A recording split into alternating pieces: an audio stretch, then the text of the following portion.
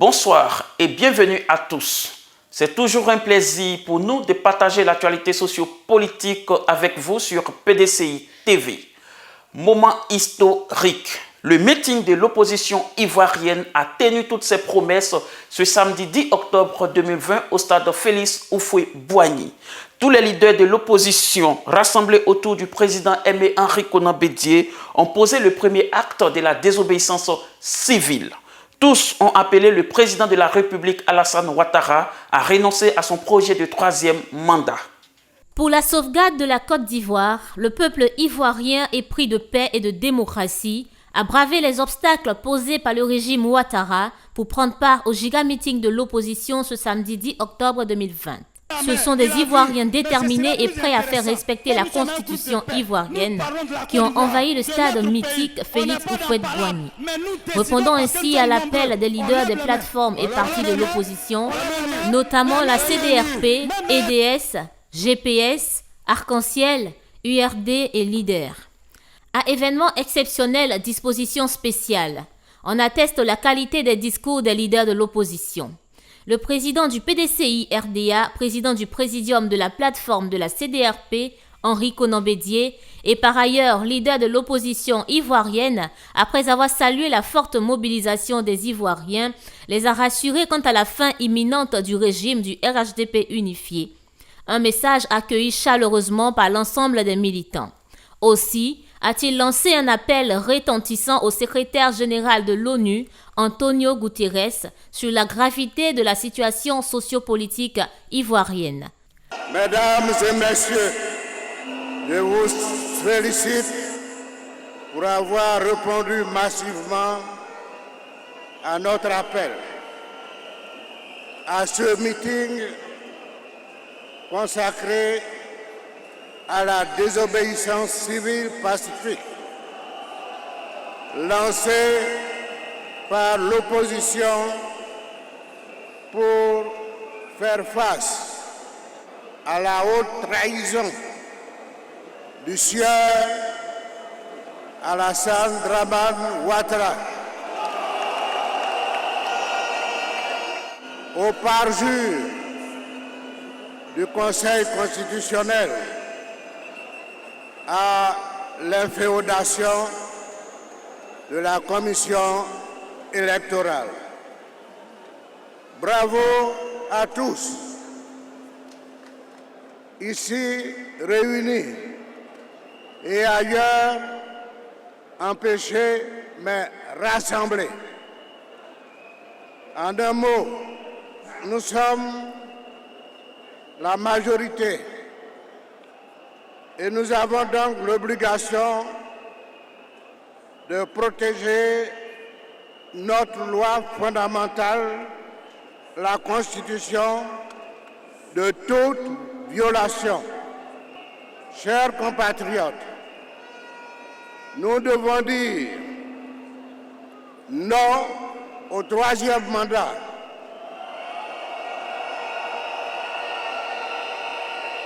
Non au viol de la Constitution. Non à la CEI inféodée. Non au Conseil constitutionnel parjure.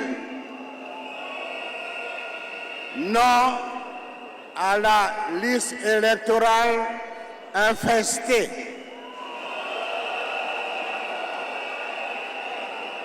Chers Ivoiriens et chères Ivoiriennes, vous êtes un peuple digne qui sait résister à toute forme de dictature.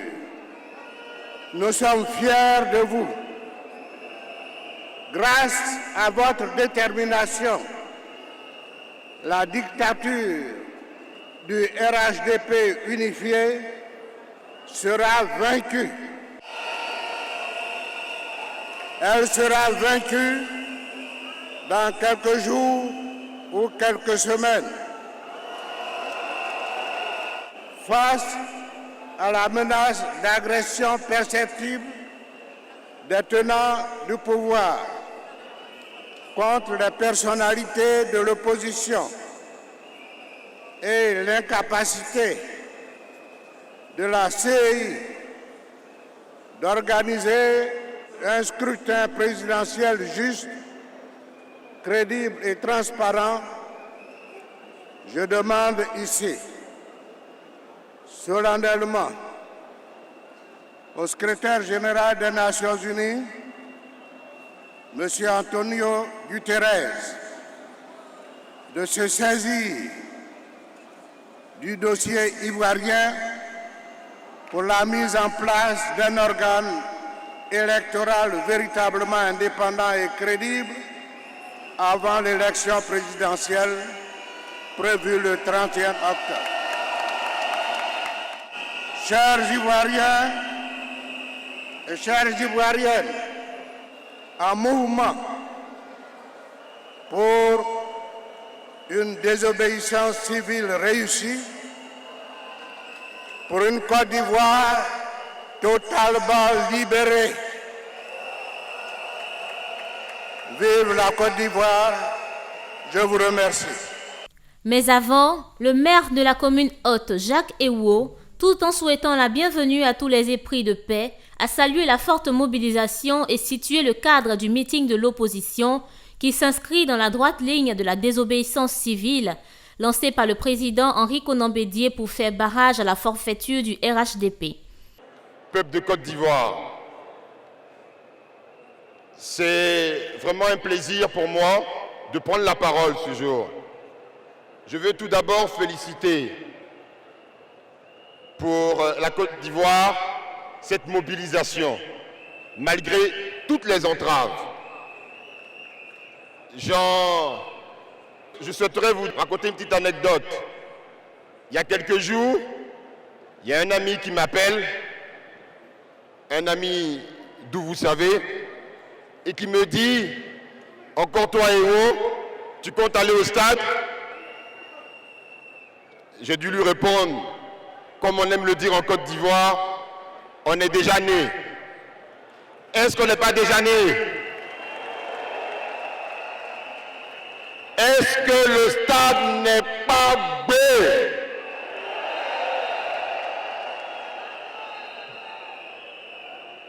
Là où nous nous trouvons est un stade qui porte un nom, le nom du président Félix Houphouët-Boigny, le père de la nation ivoirienne. Pour nous, c'est un honneur de prendre la parole. Pour nous, en tant qu'Ivoiriens, en tant que jeunes, il était utile d'être présent. Il était utile d'être présent parce que la motivation que nous avons, elle est noble. Et ça fait plaisir, en tant que militant du parti, militant du PDCI, de savoir qu'il y a une opposition unie, forte, pour ce combat noble qui est la démocratie. Et il faut que cette démocratie-là puisse s'imposer dans notre pays.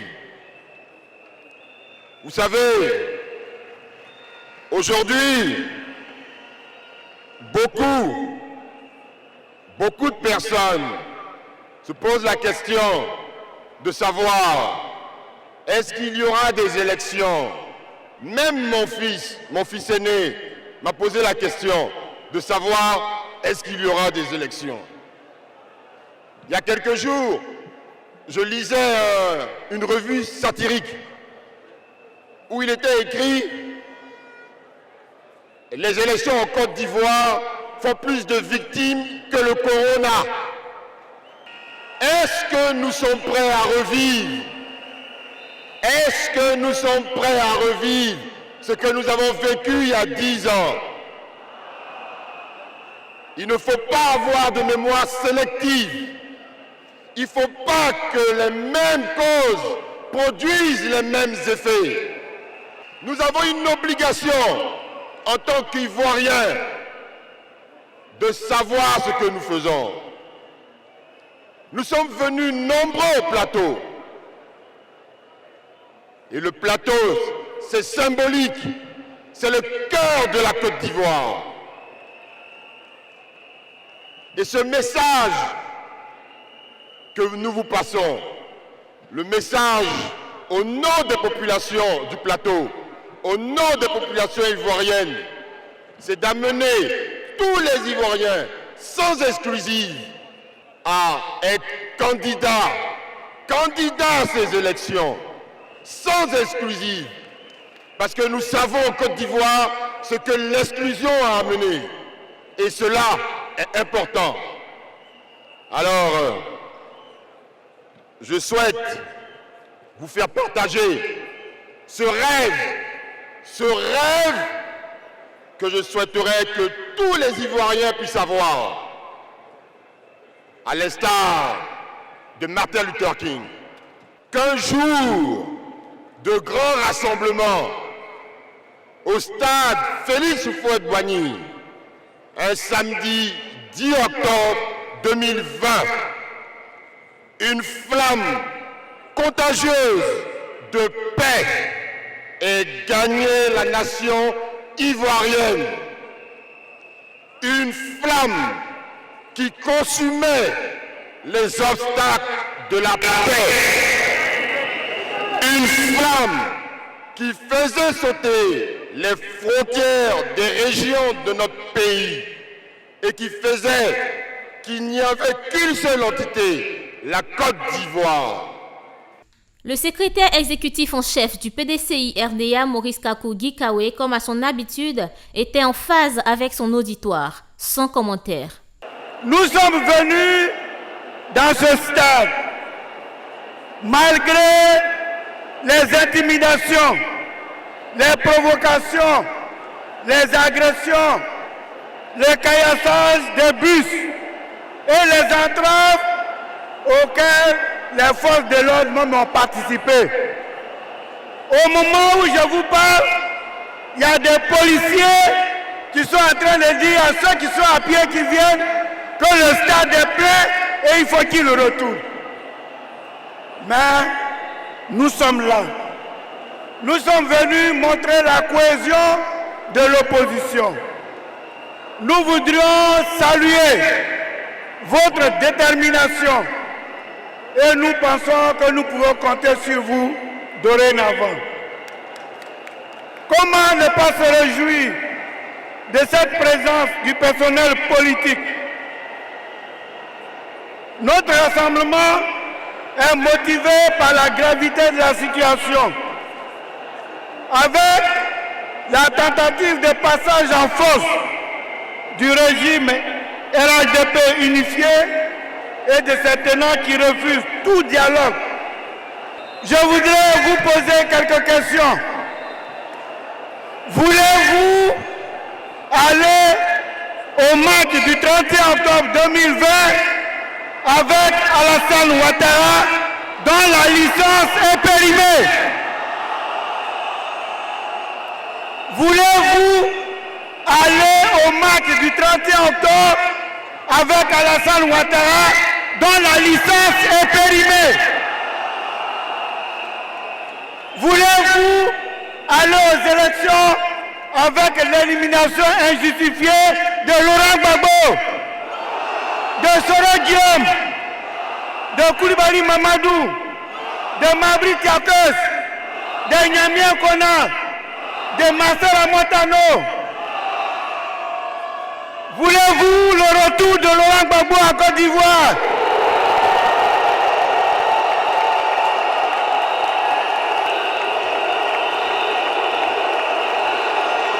Voulez-vous le retour de Soro Guillaume en Côte d'Ivoire? Voulez-vous le retour de Blé Goudé en Côte d'Ivoire?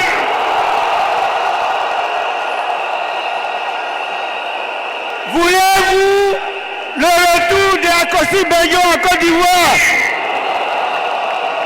Alors, en avant pour la désobéissance civile et je vous remercie. Un discours également applaudi, celui du désormais bras droit du président Alassane Ouattara, sans enfiler de gants. Il n'a pas eu de mots tendres pour le natif de Kong. Pour l'ex-ministre des Affaires étrangères, le président Ouattara a pris la Côte d'Ivoire à travers ses agissements qui frisent le brigandage institutionnel. Trop, c'est trop, a semblé dire Marcel Amontano. Vous savez, on n'est pas venu ici aujourd'hui pour parler beaucoup. Le président Bédié est là. Alassane Ouattara est vivant. Celui qui a fait le va-et-vient entre les deux hommes ces 10 dernières années, c'est votre serviteur. S'il y a quelqu'un qui sait ce qu'ils se sont dit de 2011 à 2019, c'est votre serviteur. Mais le temps de parler viendra. Ce que je peux vous dire aujourd'hui, c'est que celui qui n'a pas tenu ses engagements, je le connais. Celui qui n'a pas tenu ses engagements, je le connais. Nous sommes venus ici pour dire un seul mot, pour dire non à Alassane Ouattara, pour lui dire que son troisième mandat est anticonstitutionnel. Lui-même nous a dit en 2016, au moment du vote de cette Constitution, que cette Constitution ne l'autorisait pas à se présenter à un troisième mandat. Nous avons fait campagne avec ce slogan qui existe. Il est écrit sur ce slogan du RHDP de l'époque. Cette Constitution ne permet pas au président Ouattara de faire un troisième mandat. Cette Constitution n'annule pas cette disposition des constitutions précédentes. Alors, il nous aurait fait mentir.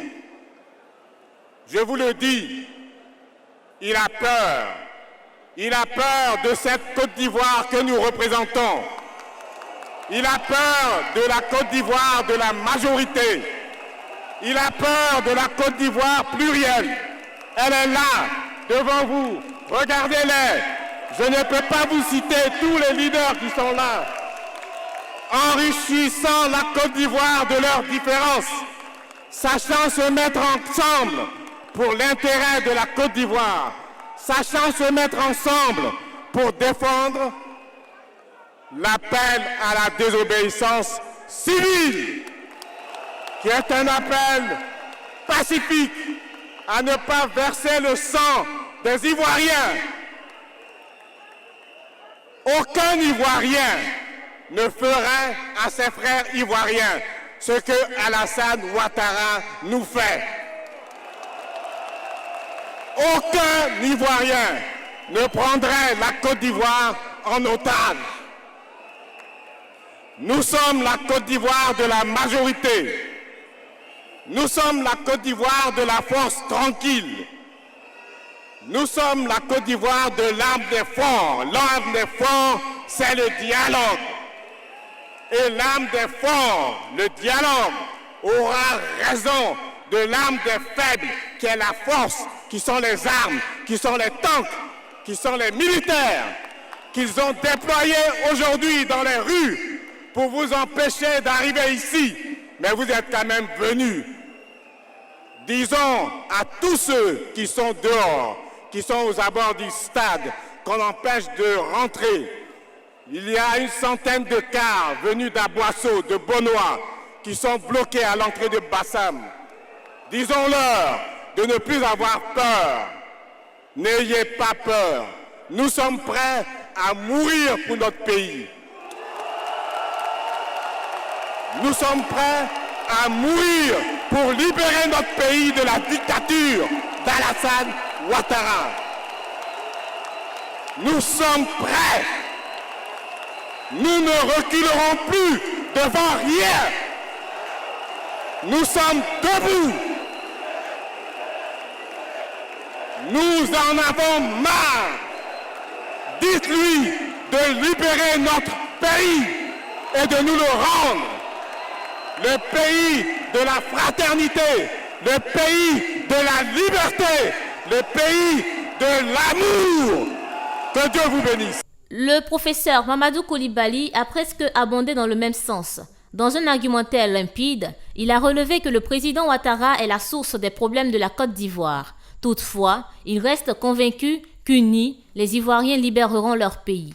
Lorsqu'il est arrivé, il y a 30 ans de cela, dans notre pays, qu'il a voulu, par un coup d'État, prendre le pouvoir, le peuple ivoirien s'est levé, lui a imposé la Constitution et il n'a pas pu prendre le pouvoir. Et c'est le président Henri Konan Bédié qui a été installé à ce moment-là. Ce jour-là, le peuple était uni. Le peuple avait parlé d'une voix. Il fallait que la Constitution soit respectée. Elle a été respectée. Quand plus tard, il a voulu se venger, il a divisé le parti unique, qui a éclaté en morceaux pour être affaibli. C'est son art, diviser pour régner. Quand la voie lui a été barrée et qu'il n'y avait pas d'issue pour être président, il a divisé la Côte d'Ivoire en deux. C'est son art, diviser pour régner. Quand il est arrivé président de la République, pour régner tranquillement, il s'est mis à diviser tous les partis politiques d'opposition. C'est son art, diviser pour régner. C'est le peuple de Côte d'Ivoire qu'il veut diviser. En se fondant sur le tribalisme, sur les connivences politiques, sur la corruption des institutions, sur la violation de la Constitution, sur le viol du code électoral, sur la manipulation de la justice, sur la manipulation de l'armée, sur la manipulation de la jeunesse, sur la manipulation du peuple.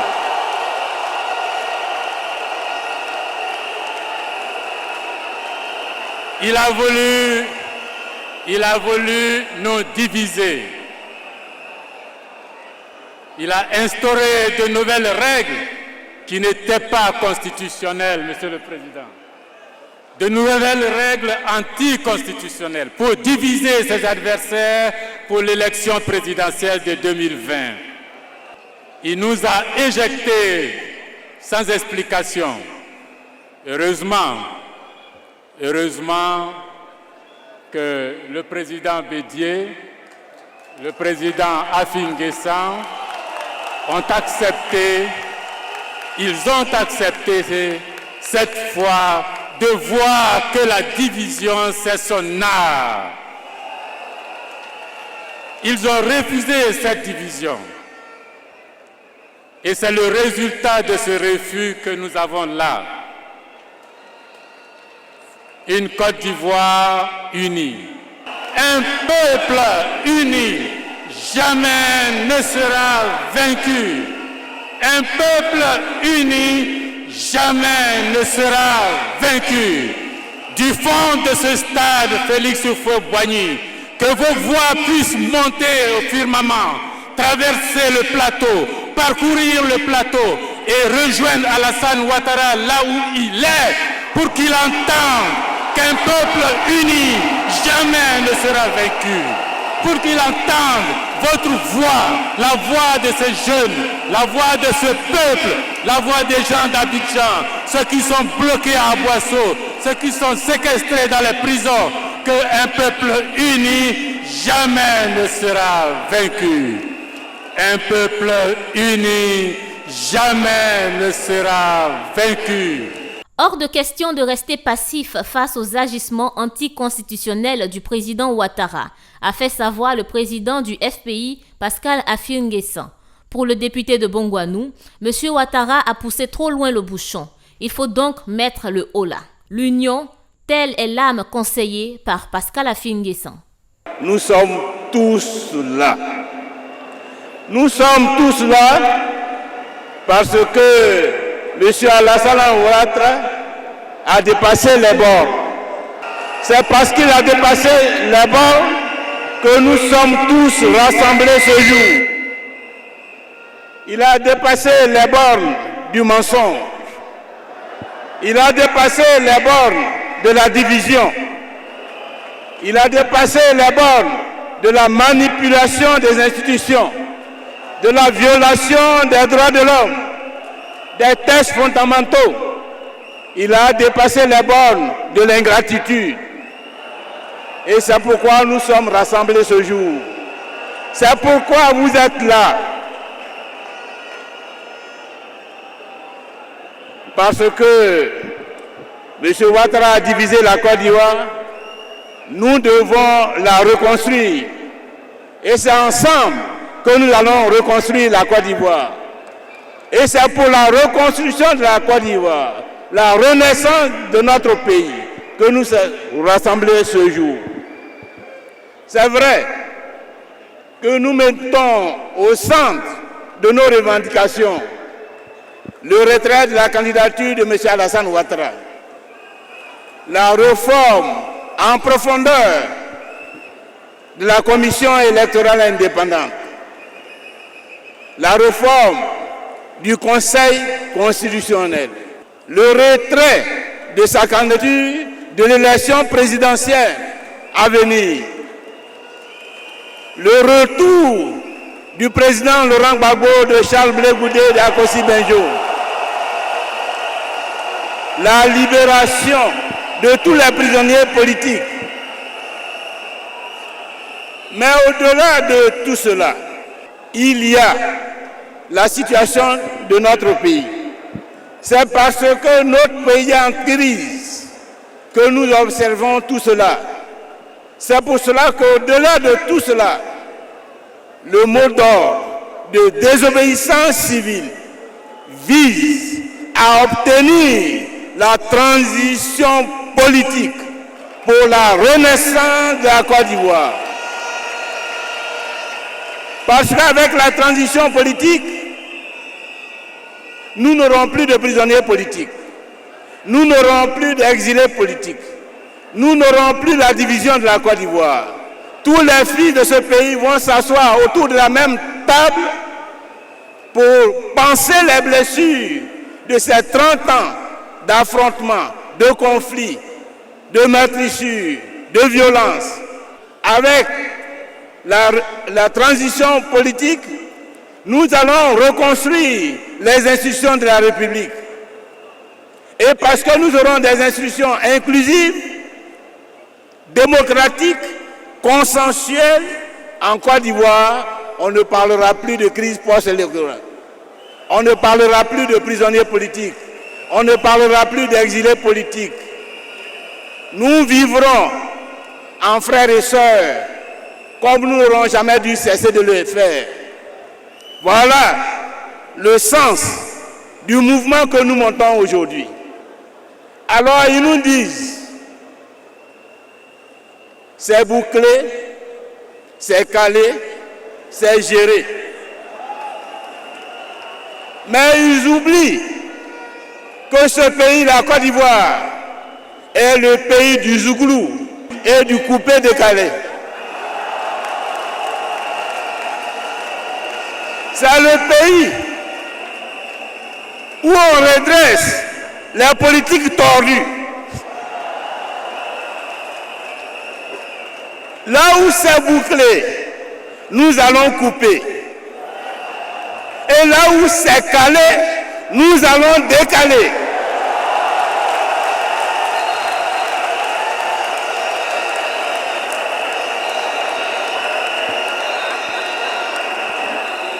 Mobilisons-nous donc pour qu'à partir de demain, d'après-demain, nous soyons en action sur l'ensemble du territoire pour mettre fin au régime de M. Alassane Ouattara et pour la renaissance de la Côte d'Ivoire. Je vous remercie.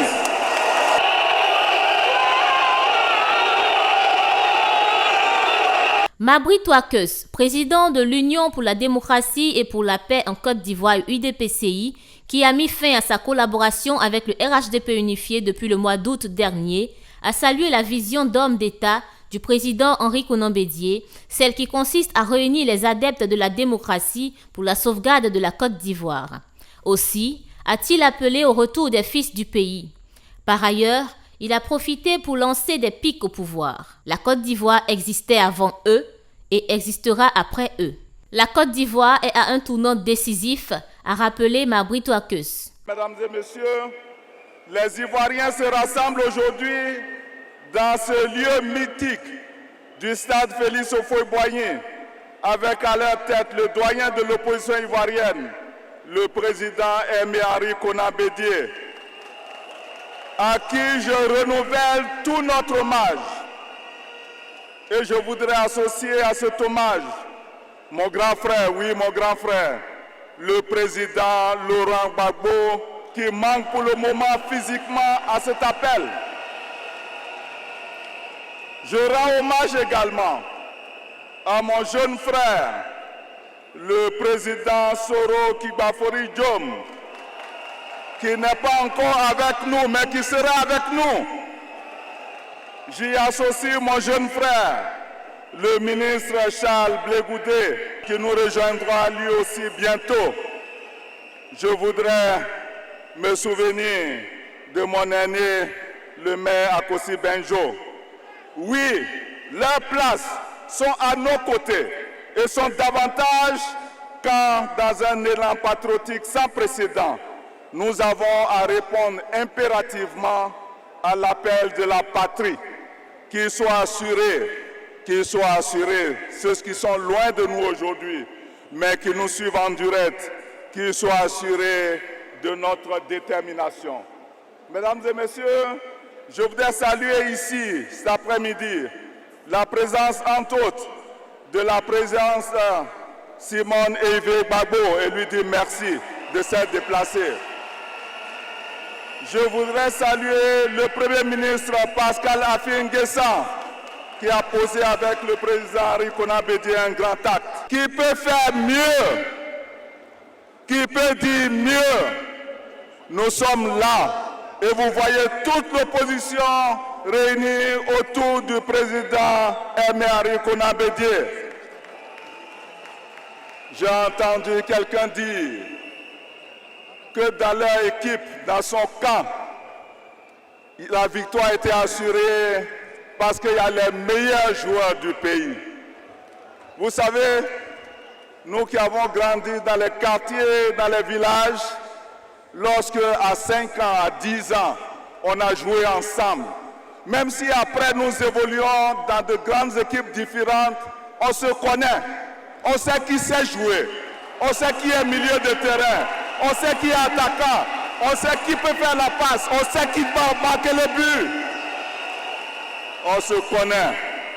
Et je voudrais dire à mon jeune frère de l'autre côté, Dagaré le connaît bien, je voudrais lui dire qu'on se connaît et que nous le voyons venir. Et quand on est dans certaines fonctions, il y a des discours qu'on ne tient pas, qu'on ne tient plus. Il y a des discours qu'on ne tient pas, comme quand on est avec ses amis en train de boire un thé à Abobo. Je voudrais le lui dire. Et je voudrais lui dire justement, quand les équipes se croient compétentes, ils doivent accepter l'affrontement à la loyale. Je vois que dès qu'on commence, on change les règles du jeu. Et puis l'équipe qui te dit faute commet déjà la faute dès la première minute. Et on vient de leur donner un carton rouge parce qu'ils ont empêché les Ivoiriens de se rendre ici pour exprimer leur position, pour s'adresser à l'opinion nationale et internationale. Oui, ils sont là. ces milliers d'Ivoiriens pour dire haut et fort qu'ils aiment leur pays, qu'ils ne laisseront jamais ce pays, leur seul pays, sombrer dans la peur, dans l'horreur et dans la terreur. Ils sont là, les hommes et les femmes du pays de la paix, pour dire que jamais ils ne laisseront la Côte d'Ivoire être pris en otage par une équipe mafieuse qui ignore que ce pays a été construit dans le sang et dans la sueur de nos parents. Les Ivoiriens et les Ivoiriennes sont donc ici, malgré les entraves de tout genre, pour dire non au monde entier d'une seule et même voix, qu'ils sont un peuple debout, capable de taire les divergences quand leur patrie est menacée par des gens sans foi ni loi, qui croient qu'ils peuvent tout obtenir dans la manipulation et la force. N'est-ce pas, frères et sœurs, la raison de notre présence ici aujourd'hui? Oui, nous sommes ici pour dire aux tenants du pouvoir actuel que ce pays qui s'appelle la Côte d'Ivoire existait avant eux et continuera d'exister après eux, et ce sera bientôt. N'est-ce pas ce que les femmes de Côte d'Ivoire, mères fécondes, généreuses et protectrices, sont venues crier fort ce samedi 10 octobre 2020 au stade Houphouët-Boigny? Oui, nous sommes venus dire à Alassane Ouattara et à ces Pessigones que nos pères se sont battus et ont construit dans le sang et les larmes, et parfois au prix de leur vie, ce beau pays, le pays de la vraie fraternité, où les problèmes se règlent par le dialogue, l'âme des forts, tel qu'a appris de Félix Houphouët-Boigny, le père de la nation, qu'il repose en paix. Et jamais, jamais nous ne laisserons quiconque souiller leur mémoire et détruire leur œuvre. Ce pays est le nôtre, celui de nos enfants et celui de nos petits-enfants. Nous ne devons pas le trahir. Nous n'allons pas compromettre l'avenir des prochaines générations. Jeunes de Côte d'Ivoire, n'est-ce pas ce que vous êtes venus proclamer ici aujourd'hui? Chers compatriotes, notre pays est à un tournant décisif de son histoire. Que ceux qui n'ont pas bien compris cela sachent que c'est notre destin et l'avenir de nos enfants qui se joue. Il y a quelqu'un qui pense qu'il est tellement intelligent que s'il n'est plus président de la République, ce pays va sombrer et disparaître. Nous devons lui démontrer qu'il n'est pas indispensable. Il ignore que la meilleure manière de rester, c'est de partir, hélas. Je voudrais, mesdames et messieurs, dire que le temps des débats, le temps des discours arrive et nous débattrons lorsque les conditions d'une élection transparente seront réunies. Mais aujourd'hui, nous devons donner la chance à la chefferie traditionnelle de la Côte d'Ivoire d'agir dans la sagesse sans être manipulée. Nous devons donner la chance à nos forces de défense et de sécurité de craindre de recevoir des instructions qui les éloignent de leur mission républicaine. Nous devons dire non au troisième mandat illégal. Nous devons nous lever aujourd'hui dans les villes et dans les villages pour barrer la route à Alassane Ouattara. Le secrétaire général du FPI, Assoua Adou, a insisté sur l'événement du jour, tout en se référant à l'appel lancé à l'Union par le président Félix Houphouët-Boigny en 1958, lequel a contribué à libérer la Côte d'Ivoire. Chers compatriotes, je voudrais d'abord dire que le président Laurent Gbagbo vous salue. Président Bédié, le président Gbagbo me charge de vous dire merci. Merci d'avoir compris que lorsqu'il a lancé son appel pour que le peuple de Côte d'Ivoire se rassemble, vous vous êtes déplacé pour aller à Bruxelles.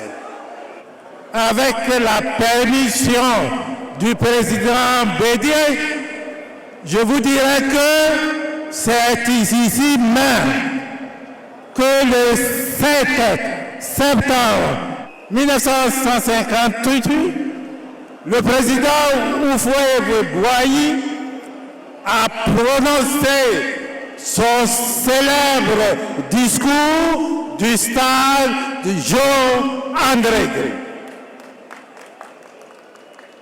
C'était un discours fondateur parce que toute l'Afrique de l'Ouest, mobilisée depuis 1946 par le RDA, avait engagé un combat pour l'émancipation des peuples africains. Et ici, le président Houphouët, en 1958, a pris la parole pour tracer la nouvelle voie de la Côte d'Ivoire. C'est pourquoi aujourd'hui, nous sommes rassemblés. Et le docteur Sarakaka du COJEP l'a dit, si les Ivoiriens sont rassemblés, comme le disait le président Laurent Gbagbo, nous allons mettre fin à la crise. Et effectivement, aujourd'hui, nous sommes rassemblés. Ce rassemblement est très important. C'est pourquoi aujourd'hui, notre unité, notre rassemblement est plus que jamais nécessaire pour libérer notre pays. Et nous ne sommes pas venus ici pour faire des discours. On a expliqué comment M. Ouattara a détruit ce pays, comment il a ruiné ce pays, comment il a détruit l'école, comment il a détruit la santé, comment il nous endette, pour dire ce que mes prédécesseurs ont dit, mais je vais appuyer sur deux. Un premier point, nous disons non au troisième mandat de M. Ouattara. Nous disons non parce que ce troisième mandat vient consolider, s'il réussit à le faire, le régime despotique qu'il a instauré dans notre pays. Donc, il faut vous dire non et non au troisième mandat. Nous sommes là aussi pour dire que ce pays n'appartient pas à M. Ouattara. Il ne peut pas dire que Gbagbo Laurent ne vient pas ici. Peut-il empêcher Gbagbo de venir ici? Donc, si nous voulons ramener Gbagbo en Côte d'Ivoire. La présidente de l'URD, sans langue de bois, a dénoncé la gestion dictatoriale du pouvoir. Nous sommes fiers de vous, de cette mobilisation immense qui prouve qu'en Côte d'Ivoire, il y a un peuple et ce peuple est debout et il a décidé de se faire entendre. Oui, nous sommes le peuple souverain qui a décidé de relever la tête et de répondre aux nombreux défis qui nous sont imposés par un régime autoritaire et arrogant. Nous sommes à l'image de l'éléphant, notre emblème. Pour le moment, nous marchons calmement, les yeux fixés sur nos objectifs de désobéissance civile pacifique. Et nous barrissons pour dire non au braquage électoral que constitue le troisième mandat de Daoud Rahman Alassane Ouattara pour dire non à la violation de notre loi fondamentale, socle de la République. Je viens mêler nos voix de femmes, de mères, d'épouses, au concert de protestation qui retentit aujourd'hui de toutes parts, et je demande aux femmes de se faire entendre là, maintenant, criez et dites non.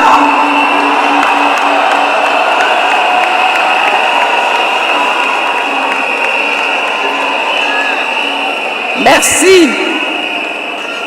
Nous sommes fatigués, mais nous sommes déterminés. Nous exigeons la libération de tous les détenus d'opinion et des femmes telles que Pulchérie Ballet, Anne-Marie Bonifon, et nous voulons le retour de tous les exilés.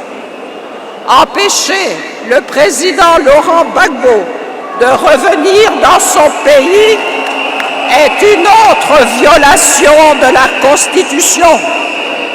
L'exil n'est pas autorisé par notre loi fondamentale. Il faut que rentre en Côte d'Ivoire le Premier ministre Soro Guillaume. Il faut que rentre Charles Blé Goudé, Akossi Bedjo et tous les exilés. Nous ne voulons plus d'une Côte d'Ivoire défigurée, divisée. Le temps des hommes irremplaçables est terminé. Celui des chefs d'État africains, présidents à vie, est dépassé. Levons-nous! Quand le dialogue est rompu, le choix de la désobéissance civile pacifique traduit notre indignation face à l'injustice. Docteur Saraka Patrick, président par intérim de la plateforme La Voix du Peuple de Charles Blé Goudé, a abondé dans le même sens que Daniel Bonnier-Clavry. Plusieurs associations de la société civile ont également répondu à l'appel de l'opposition. Tous ont condamné la violation de la Constitution. Doukrou Parfait, Hébrin Rémy, Gaï Donald, Nguessan Apollinaire. Carton rouge pour Ouattara et le RHDP. Un acte de trop qui déshonore les auteurs. De quoi s'agit-il? Les dirigeants du pouvoir, par l'entremise de leur sofa, ont une fois encore donné dans la provocation.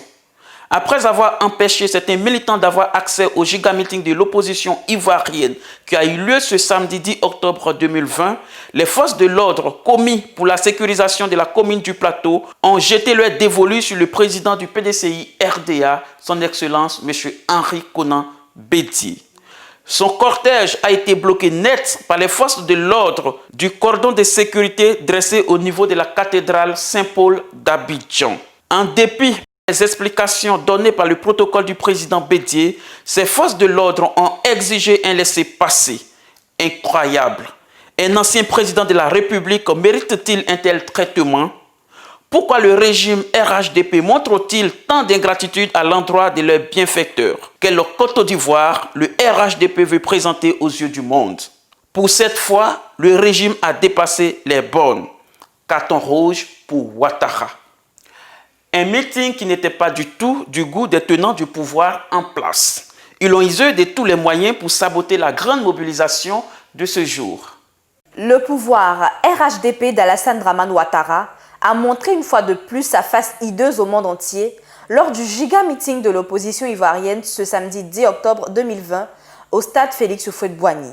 Les enfants en conflit avec la loi, communément appelés microbes, ont hélas encore fait parler d'eux. Agression des militants dans les cars à Yopougon et aux abords du stade Félix Houphouët-Boigny, ghettoisation du plateau par les forces de l'ordre aux ordres du pouvoir RHDP unifié pour freiner et entamer la témérité des militants. Environ 200 cars devant convoyer des militants d'Aboisseau, de Bonois, Bassam et Yopougon ont été bloqués par les microbes.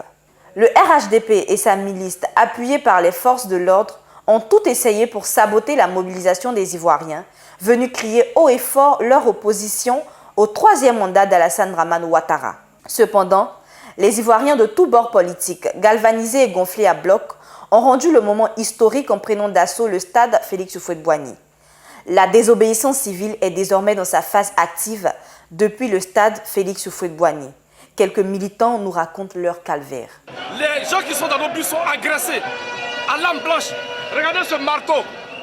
Nous avons saisi ce marteau-là parce qu'ils ont pris pour taper des bus. Il y a des couteaux. Nous avons des pièces en conviction.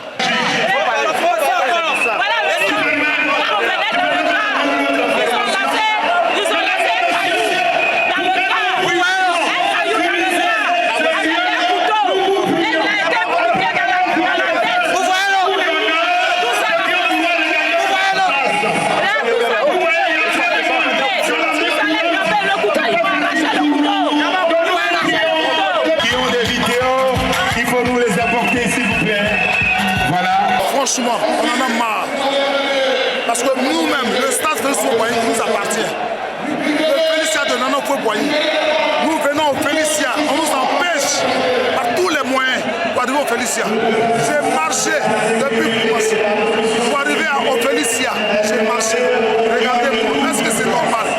Pour la Côte d'Ivoire qu'on aime, pour les Ivoiriens qu'on aime, est-ce qu'on peut les empêcher, on peut les priver de quelque chose? C'est pas normal. On a demandé les cartes des transporteurs, ils ont refusé. On a demandé 3 cartes. Au dernier moment, les 3 numéros sont fermés. On a fait un effort, on est passé par le côté, on a pris les finances, on a traversé, on est arrivé au niveau de la rade. C'est bouclé. On nous dit de faire le tour, pour aller sur l'autoroute pour rentrer. Il y a d'autres qui sont partis, ils ont fait le tour. Ça n'a pas marché. Nous sommes dans un pays de droit. Voilà. Nous sommes dans un pays de droit. On ne peut faire 2 poids, 2 mesures dans ce pays de droit. Quand le pouvoir marche, le plateau est ouvert. Mais malheureusement, aujourd'hui, nous constatons que quand c'est de l'opposition, le pouvoir met en place une stratégie pour boucler le périmètre même Les militants sont bloqués autour du plateau. Merci de nous avoir suivis sur PDCI TV, la chaîne officielle du PDCI RDA. Nous reviendrons sur ce giga meeting de l'opposition dans nos prochaines éditions. À bientôt sur PDCI TV.